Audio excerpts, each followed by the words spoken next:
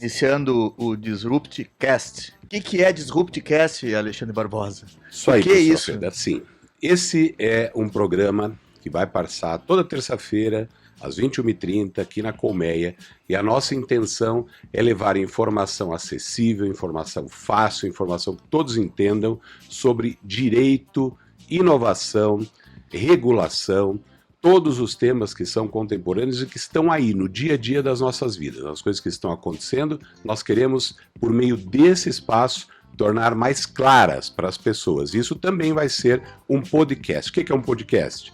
É um grande bate-papo, é uma oportunidade de entrevistarmos e de ouvirmos pessoas que entendam bastante, que sejam... Dá para dizer, então, que um podcast é um programa de rádio já disruptivo. Exatamente. E aí a podcast já é disrupto, né?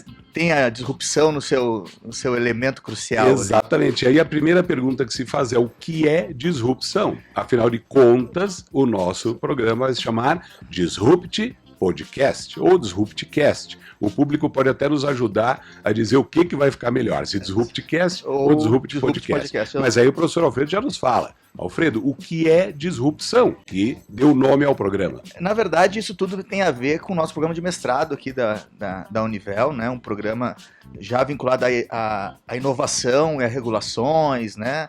E isso quer dizer o quê? A disrupção é a quebra de custo de um processo. Então, se você tem um processo já tradicional, cumprindo certos padrões, a disrupção, ela rompe esse padrão e cria uma inovação, né, um novo desafio.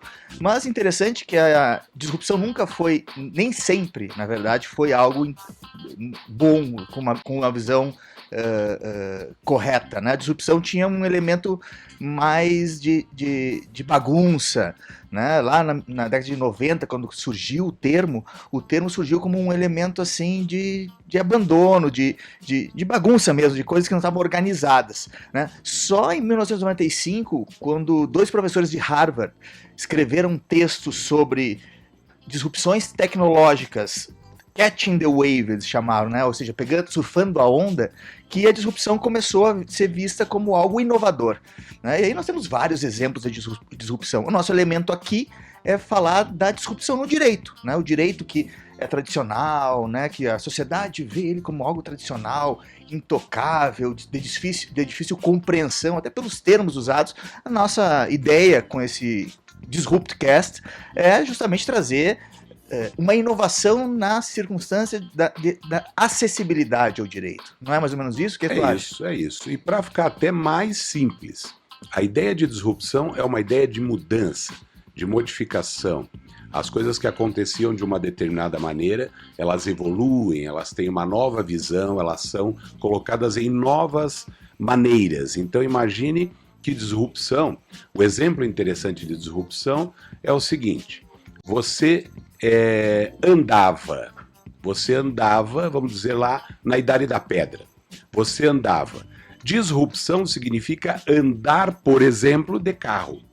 Então agora é uma evolução do conceito. Você antes andava, agora você passa a andar de carro. Diferente, Alfredo, de uma coisa que se chama paradigma. A mudança do paradigma, a mudança do paradigma é que você rompe com uma coisa que estava até ali e começa algo absolutamente novo. Como, por exemplo, a comparação do andar com o voar. Você andava, mas não existia voar. Então, o meio de locomoção era andar. Agora, depois do Santos Dumont, depois da invenção das aeronaves, você muda o paradigma. Então você anda, claro, muda o jeito de andar, disrupção. E você para de andar e começa também a voar. Aí você rompe um paradigma, é uma nova forma de deslocamento. Exatamente. Na verdade, nós temos muitos exemplos, né? Se nós vamos pegar as formas de se comunicar, né? Antigamente nós falávamos do telefone de fio, Isso. Depois nós pegamos o celular. Isso é uma disrupção na comunicação. A própria forma de se comunicar pelas redes sociais, você usava o MSN, agora você usa o WhatsApp, é uma disrupção, né? Então a disrupção, ela muda comportamentos, né? Hábitos comportamentais, né? Por exemplo, redes sociais. Redes sociais é uma forma de disrupção de relações sociais, né? Você continua se relacionando com as pessoas vamos, na vida real, mas também a rede social é uma forma também de se relacionar. Então dá para dizer que é uma mudança na forma de pensar e de agir. Você Exato. começa a pensar diferentemente e, portanto, agir também diferentemente. Mas, professor Alexandre, me diga sobre o direito, me dê um exemplo. Eu sei que o senhor tem uma obra importante, né, escreveu bastante sobre a questão da propriedade sem registro. Vocês imaginem, né, todos nós sabemos que a propriedade, né, o bem imóvel, ele é adquirido pelo registro no registro de imóveis. Exato. E o Alexandre escreve um livro dizendo que a propriedade não precisa ter registro. Como é que é mais ou menos isso? Então, a ideia é a seguinte: o entendimento que sempre se teve é de que para nós adquirirmos uma propriedade sobre a casa que a gente mora, sobre o terreno que a gente tem, sobre bens que são chamados de imóveis, nós precisávamos ter o seguinte: uma escritura pública. Então, eu combinava com o professor Alfredo que venderia a minha casa para ele. Todo mundo acha, Alfredo, que o vender a casa é só e somente só aquele ato de você escrever o documento, pagar o preço, pega aquele documento e põe embaixo. Como se fosse um contrato. É um contrato. Você faz o contrato, só que muita gente pega esse contrato, coloca embaixo do colchão, que é um lugar seguro, né? Antigamente pegava-se tudo que era importante e colocava-se embaixo do colchão. Veja, se você pegar o seu contrato, colocar embaixo do colchão e for uma outra pessoa e fizer de má fé ali, ó, na sacanagem mesmo, um negócio com aquele mesmo indivíduo que te vendeu, se ele fizer um outro contrato, quem correr primeiro no cartório de registro de imóveis é dono. É o dono da propriedade. É aquela velha frase, né?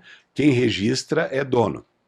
O meu livro, a minha tese de doutorado, foi para discutir que isso é uma verdade? É. O sistema nós não podemos desmerecer. Só que existem modos, existem meios de prova, existem formas de uma pessoa que comprou o imóvel, ela acreditou que comprou, ela não registrou, ela tem o documento e provar que tem boa fé, provar que atende à função que aquele imóvel tem na sociedade e outros requisitos mais, ela poderá ser considerada dona. O juiz vai dizer, olha, você não registrou, mas você é dono sim. E o juiz dá uma decisão que vai substituir, por assim dizer, aquela matrícula que era o único modo de ser dono. Então, Alexandre, mas me conta, é interessante essa tua visão, essa perspectiva.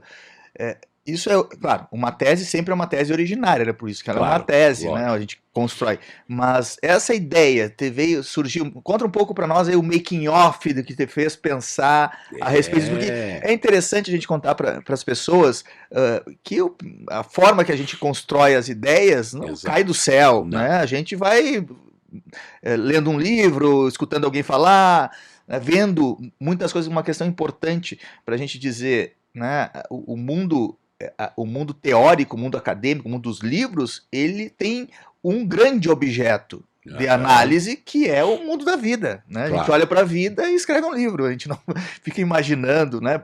Por isso que aquela frase equivocada, né, que uma coisa é a vida, outra coisa é uma coisa é a prática, outra coisa é a teoria, é algo que a gente rechaça, que a gente afasta veementemente, porque a nossa forma de olhar é olhar para a prática, né? E trazer respostas mais eficientes. Exato. Então, conta um pouco aí, como é que tu conseguiu vislumbrar essa perspectiva e trazendo também uma questão, isso é um componente interessante, porque não é só uma questão jurídica, hoje o direito está atrelado a N circunstâncias, dentre as quais a questão econômica, por exemplo. Isso gera uma economia para essas relações contratuais, né? Gera menos formalidade, gera mais agilidade. E agilidade gera mais desenvolvimento econômico, né? Exato, mais desenvolvimento.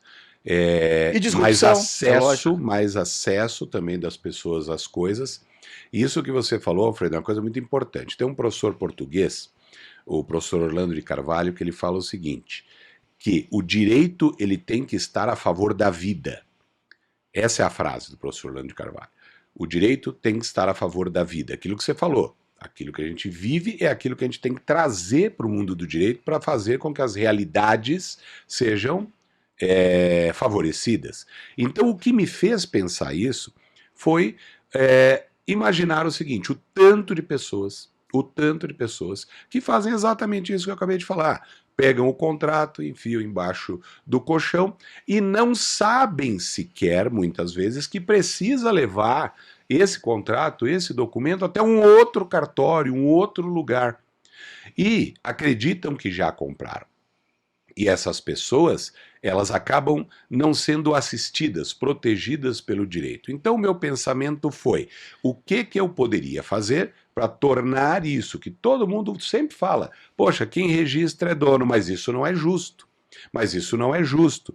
Então, até o momento em que eu escrevi esse trabalho, lá em 2014, não existia, pelo menos não existia nos tribunais, não existia para quem nos ouve aqui, para ficar muito fácil, nos fóruns da cidade, nas comarcas, perante os juízes, não existia um costume de se falar, olha, você não registrou, mas vamos ver aqui a sua realidade, o que aconteceu no seu caso. E não tem melhor exemplo para ser dado como um caso de disrupção do que esse. Nós estamos falando do direito de propriedade. Exatamente. O tradicionalíssimo direito de propriedade, né, sobre o bem imóvel, que tantas guerras produziu e tantas desavenças, né, formou, e que a gente enxerga, né, hoje em dia como algo disruptivo, né, um elemento disruptivo dentro da estrutura do direito, e que reconhece, como você está falando, a realidade.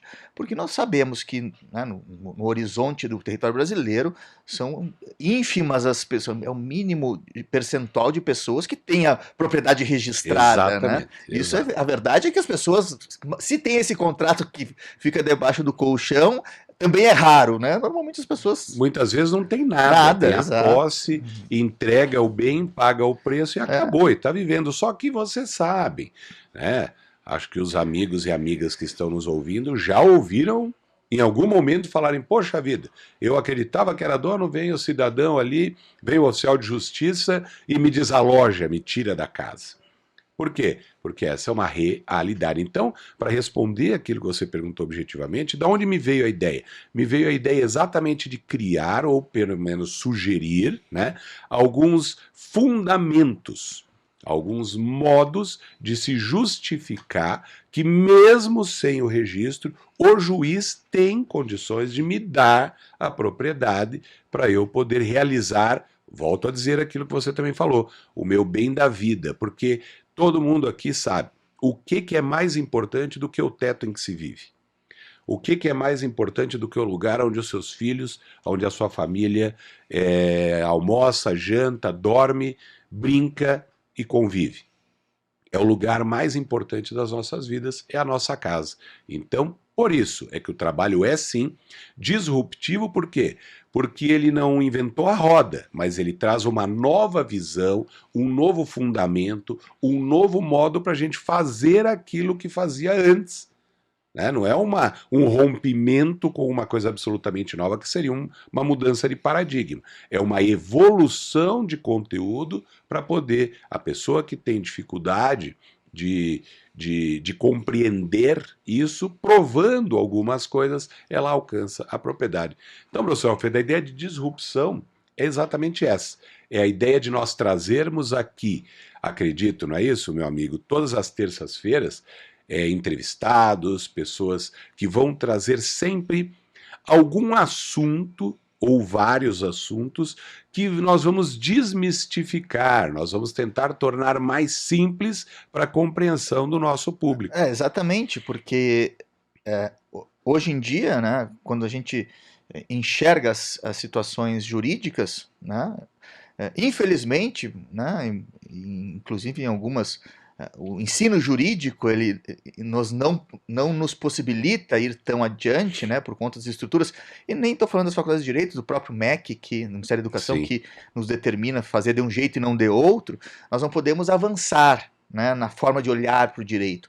Mas em ambientes mais espontâneos, mais amplos e mais também profundos, né, como os programas de mestrado, de doutorado, nós podemos, né, começar a criar as coisas do direito. Né? Essa ideia é trazer... Agora nós estamos aí com alguns alunos da turma de mestrado que estão já defenderam, no caso, suas dissertações, seus trabalhos finais, que tem muita coisa interessante sobre disrupção, sobre inovação, sobre regulação, Exato. né? Pessoas que trabalharam com blockchain, né? O que é o blockchain? O que é o blockchain, professor Alfredo? Nos fale um pouquinho sobre o blockchain. O blockchain...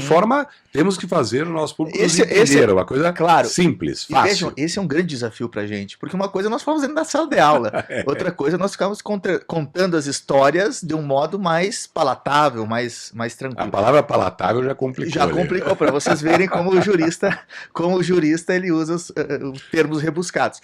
Então, o blockchain, na verdade, vamos pensar assim, é um bloco realmente, vamos trazer para o mundo real. É um bloco de segurança dentro de certas análises que está nas nuvens, no mundo virtual, e que por ali passam certas criptografias, que já é um outro termo que temos que sanar, né? Passam criptografias para que certas atividades no mundo digital se tornem, no caso, seguras. Isso. Né? Então esse é o blockchain, bem grosso modo. O blockchain é isso, e até podemos dizer também que seria uma sequência de informações que se coloca, sempre iguais. Uma depois a outra. É como você pegar um livro, todo mundo já viu, no livro tem o registro de alguma coisa, numa página. Na outra página tem uma outra informação que muda aquela primeira. E na próxima página vai ter uma outra e é como se fosse um livro, não é, professor Alfredo? É como se fosse um livro. Nós vamos colocando informações, só que essas informações não podem ser mudadas. Não podem. É como se fosse um grande cadeado virtual. Isso. Que as informações vão passar por uma chave, e essa chave, os dentes da chave que se coloca no blockchain tem que ser sempre igual para que se abram os elementos, o conteúdo daquele documento, daquela circunstância. Essa é a grande questão do blockchain. Só que assim, vamos lá, o que o direito tem a ver com isso? Essa é a grande... O que o direito tem a ver com isso? O que o direito tem a ver com isso? Porque, né, nós estamos preocupados... Bom, tu já trouxe uma questão importante, né, da questão tradicional do direito de propriedade, mas agora estamos falando de blockchain, que é um bloco criptografado no ambiente virtual em que traz certos registros que devem ser iguais para que as pessoas tenham segurança, por um lado, e acesso por outro. Mas e o direito? E para vocês já irem se preparando aí, na semana que vem, nesse mesmo dia e horário, na terça-feira, às 21h30, nós vamos entrevistar uma advogada, uma jovem muito competente, que vai nos dar uma aula mais completa até sobre blockchain, que é a Raiza Merkides. Ela vai ser entrevistada aqui nesse programa, para quê? Para nos explicar o que ela defende sobre a possibilidade, olha aí como os assuntos se interrelacionam, se ligam, né? A possibilidade ou não de nós transferirmos um bem imóvel, não lá no cartório de registro de imóveis, mas na blockchain, ou seja, na nuvem, no lugar tecnológico, no lugar... A partir de uma segurança virtual. Exatamente. Então eu vou falar, ué, mas o que é nuvem? O que é segurança virtual? O que é tudo isso? Nada mais é do que a tecnologia, que também é sempre dos temas que vão ficar de fundo aqui para a gente conversar nos nossos programas, que é a tecnologia. Então, vejam, hoje nós compramos o imóvel, pagamos o preço, pegamos esse contrato, levamos no cartório de registro de imóveis. O registrador vai num livro, que é físico, e escreve: Alfredo comprou a casa do Alexandre. O que é blockchain? Blockchain é esse mesmo livro que está na nuvem, ou seja, está no mundo virtual, está no mundo tecnológico, e que agora nós estamos perguntando, porque ainda não há uma resposta objetiva, vocês vão descobrir isso na semana que vem, para dizer, pode, não pode. Não vou nem dar spoiler aqui, viu, professor Alfredo? Mas...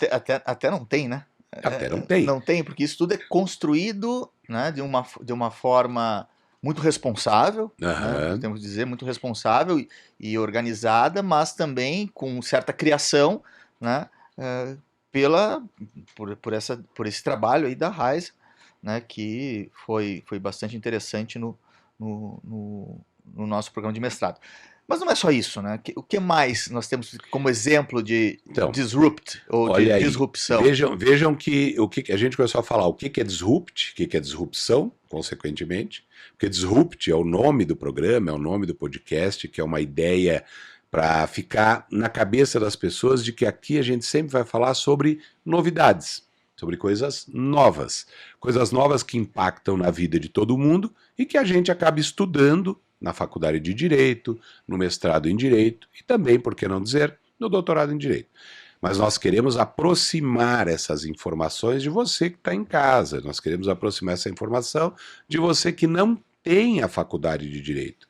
Nós queremos aproximar isso da sociedade, para as pessoas entenderem melhor os direitos que têm, as possibilidades que têm e até os limites daquilo que podem fazer. E o disrupt é então a ideia da disrupção, que é a ideia da modificação e que passa pela tecnologia muitas vezes. Pela inovação, e pela que tecnologia. Passa também pela inovação. O que a gente pode pensar quando a gente fala em inovação? Não, e pela regulação. E pela regulação. Que é uma coisa que não tem nada a ver com direito, né? A regulação. Não tem nada, desculpa. Tem a ver, mas. É oriundo da ideia de direito, porque o direito é norma, né? Vamos pegar a tradição do direito vai dizer que o direito é norma. Aquilo que deve ser feito, a norma, exato, o que você tá tem que normatizado fazer. nos códigos, etc. e tal. Mas não é isso que a gente quer tratar aqui de forma nenhuma. Não é o nosso interesse falar de código. Né? Embora eles sejam extremamente relevantes para o direito, né? Até porque o nosso mundo do direito é um mundo fundado em leis, né? E que estão nos códigos algumas. Mas a regulação é algo muito mais amplo do que a norma do direito. Porque, por exemplo, nós dentro da nossa casa temos regulação. Temos. Né? Nós no mundo dos negócios, da economia, vamos dizer assim, temos regulação. Que em termos simples nós podemos falar que é o quê? Uma organização, é uma não só estruturação. Mas assim, uma estrutura normativa que não vem do poder público, que não é do direito, que não tem nada a ver com direito, que é do mercado. E o mercado tem regras muito mais, talvez às vezes, né, muito mais sérias que as regras do direito. Isso é um grande um problema, mas pode ser um problema, pode ser uma solução, pode ser uma realidade, e é uma realidade. Né? O mercado tem regras seríssimas, né, sobre qualidade. Né? E não é a qualidade que vem da estrutura do Código de Defesa do Consumidor. Eu já falei que não ia falar de código, né? Mas é uma qualidade que vem do próprio mercado. Né? Por exemplo, o mercado europeu que fala dos produtos .doc. Lembra dos produtos .doc? Denominação de origem controlada. Né? Na Itália, por exemplo, só entram certos produtos que têm denominação de origem controlada e que recebem um selo. Né? E esse selo só é recebido porque tem uma regulação cumprida. E essa regulação cumprida não é do Estado, não é pública, é privada. Isso é uma coisa que a gente começou a estudar agora há pouco. Né? Porque, infelizmente, nós juristas, nós do mundo do direito, a gente pensa que regra, norma, etc., tudo vem do direito, mas não é. Né? E elas impactam muito o nosso mundo. E para ficar claro, assim, para a coisa ficar um pouco mais simples, pode-se dizer que o mercado nada mais é do que as nossas relações do dia a dia.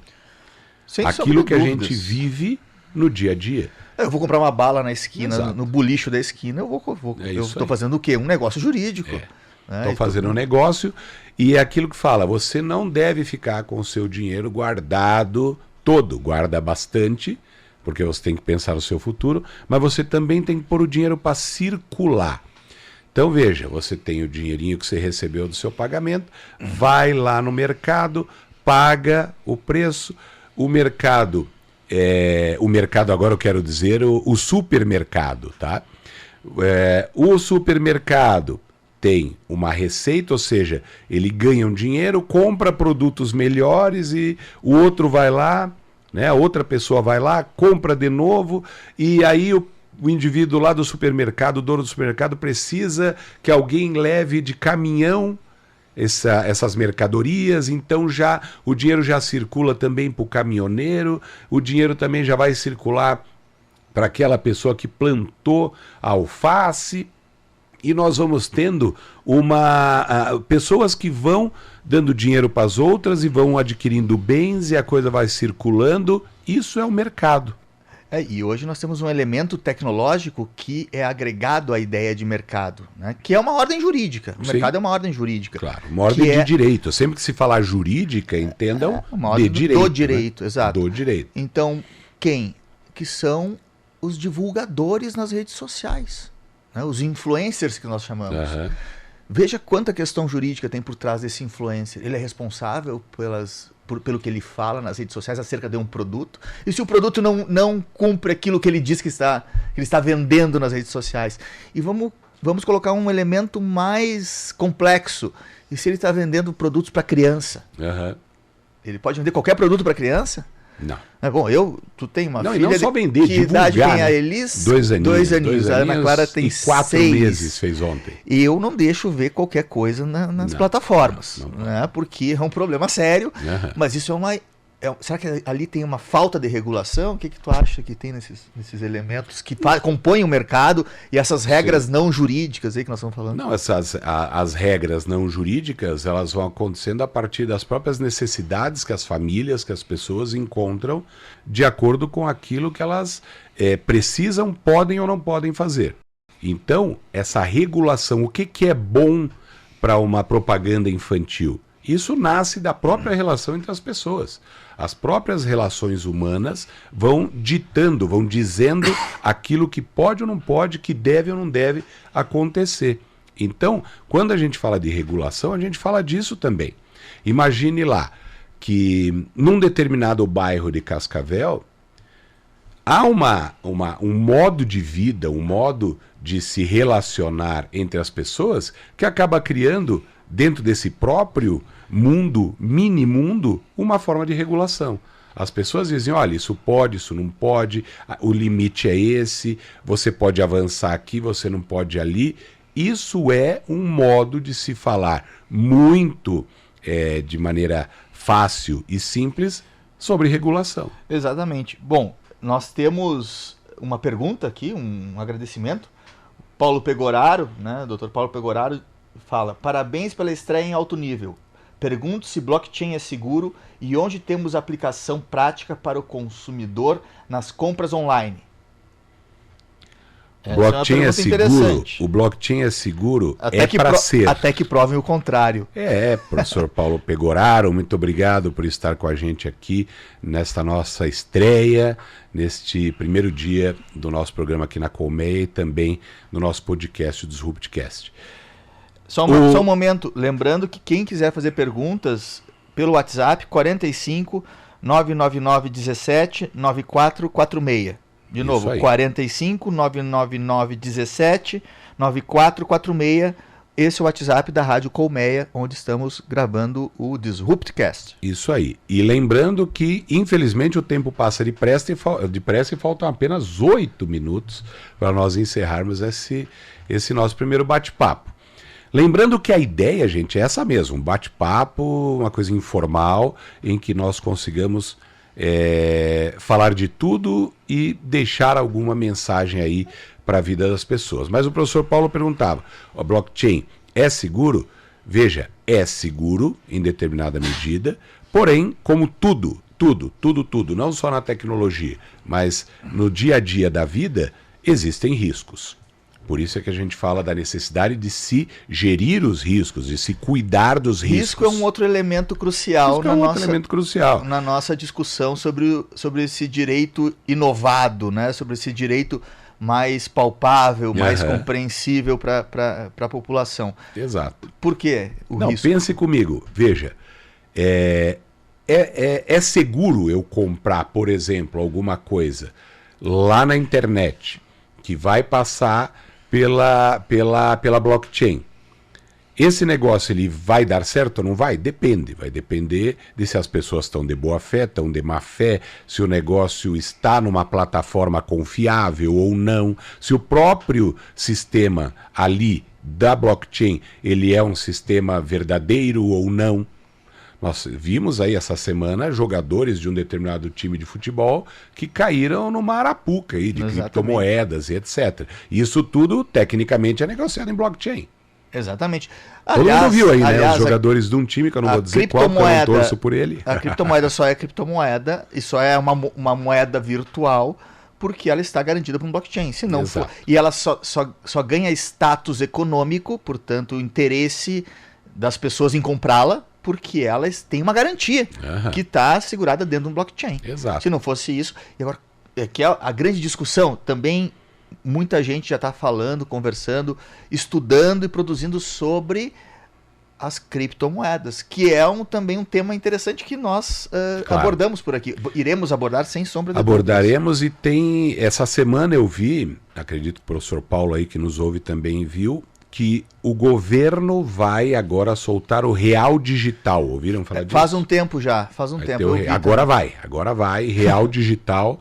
E não vai ser para todo mundo, mas que em alguma medida vai ser para competir com as moedas digitais virtuais. Então, como eu falava antes, pense, é seguro o blockchain? Ora, tudo que nós não temos condições de aferir dentro das experiências que a vida já deu, passa por alguma insegurança. Bom, seguro por inseguro, nós vimos agora, essa semana, a quebra do banco do Silicon Valley, lá, do Vale do Silício, né, americano, que era o banco onde estavam financiadas praticamente todas as startups, né, do Vale do Silício. E é um banco que tinha um lastro público. Claro. Então, saber se as criptomoedas elas têm garantia, ela tem a garantia do blockchain e dos interesses dos... E o blockchain é seguro?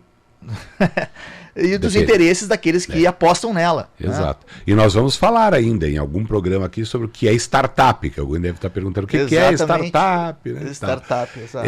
E para falar de segurança, imagine que blockchain é seguro? Não. Por quê? Só porque é digital? Não, não é só porque é digital. Por quê? Porque existem relações que são analógicas, ou seja, eu vou lá e chego para uma pessoa lá no bairro onde eu moro e falo, olha, eu tenho aqui esse bilhete de loteria que está premiado. Você quer comprar? A pessoa se ilude e fala, opa, eu quero, quanto? Pega o dinheiro, o bilhete. Qual é a garantia? Sou Joe. Qual é a garantia? Ela garantia coisa que o blockchain não tem, é muito mais confiável o blockchain do que uma compra no mercado real. Então vejam, dá para fazer comparações da vida que a gente vive, né? Pode-se dizer nas ruas, nos lugares onde a gente está, e também comparar com coisas que estão acontecendo no mundo virtual, digital, no mundo das realidades que não são aquelas palpáveis. Exato, e não é só, a gente está falando bastante coisas vinculadas às pessoas em carne e osso, às pessoas naturais, né? Mas não são só novidades a respeito das pessoas naturais, como esse novo direito impacta na vida das pessoas naturais, mas também das pessoas jurídicas, nas empresas. Né? Hoje em dia, nós temos elementos interessantíssimos sobre a ideia de análise de risco, né? De programas de integridade, de compliance dentro das empresas, que, sem sombra de dúvidas, modifica o modo de gestão, a ideia de corporative governance, né? A ideia de governança corporativa vinculada a um programa que avalia os riscos, né? De empresas que tecnicamente, né, fazem algo há muito tempo porque é da sua tradição, mas muitas vezes aquilo que é tradição pode se tornar crime de um momento ao outro, né, por conta de uma lei, e que aquela tradição tem que ser rompida. E isso é feito a partir de programas criteriosíssimos vinculados a uma técnica muito apurada sobre as análises de riscos dentro da estrutura das empresas, das pessoas jurídicas, sejam instituições no modo geral. Então isso também é algo muito interessante, porque afasta, né, o direito daquilo que a gente conhece tradicionalmente, de novo, que é o poder judiciário. É isso aí. A questão do processo, do litígio. Não, vamos fazer uma análise antecipada do que está acontecendo, dos riscos. Né? E risco, como foi dito, risco está em todo lugar. Risco está dentro de casa. Risco, a família se organiza para correr o mínimo possível de riscos nas coisas que faz, nas compras, na educação dos filhos. Então, quando se pergunta, tal coisa é segura, A resposta sempre vem, depende daquilo que eu vou querer me arriscar. Exato, por isso é uma análise de risco. Exato. Né? Por isso que o risco tem que ser calculado. Né? A diferença, até deixa uma grande pergunta importante, qual é a diferença do perigo e do risco? Aí, ó. O perigo é aquilo que eu sinto sem controle nenhum. O risco é calculável. Exato. E essa pergunta, pelo que me parece, vai ser respondida na próxima semana, a diferença do perigo e do risco. Do risco. Que nós estamos chegando ao final do nosso tempo. Temos aqui informação de que... Encerrou, né? Encerrou. Então, gente, olha, eu agradeço muito a audiência de todos e todas, de vocês terem participado aqui com a gente. Esse nosso bate-papo vai continuar na próxima semana. E é isso, né, Alfredo? Vamos seguir. Hoje é só o começo. É só o começo. E vamos que vamos. Até pedimos desculpa pelos atrapalhos do momento aqui, porque realmente é a nossa estreia. Mas prometemos cada vez mais trazermos conteúdo de alta significância para toda a sociedade, para os interesses da comunidade e de forma acessível, que é o que nos importa. A ideia é que todo mundo entenda. Um abraço, minha gente. Obrigado. Valeu. Um abraço. Boa noite. Tchau, tchau. Você ouviu Disruptcast com Alexandre Barbosa e Alfredo Copete. De volta na próxima semana, aqui na Colmeia FM.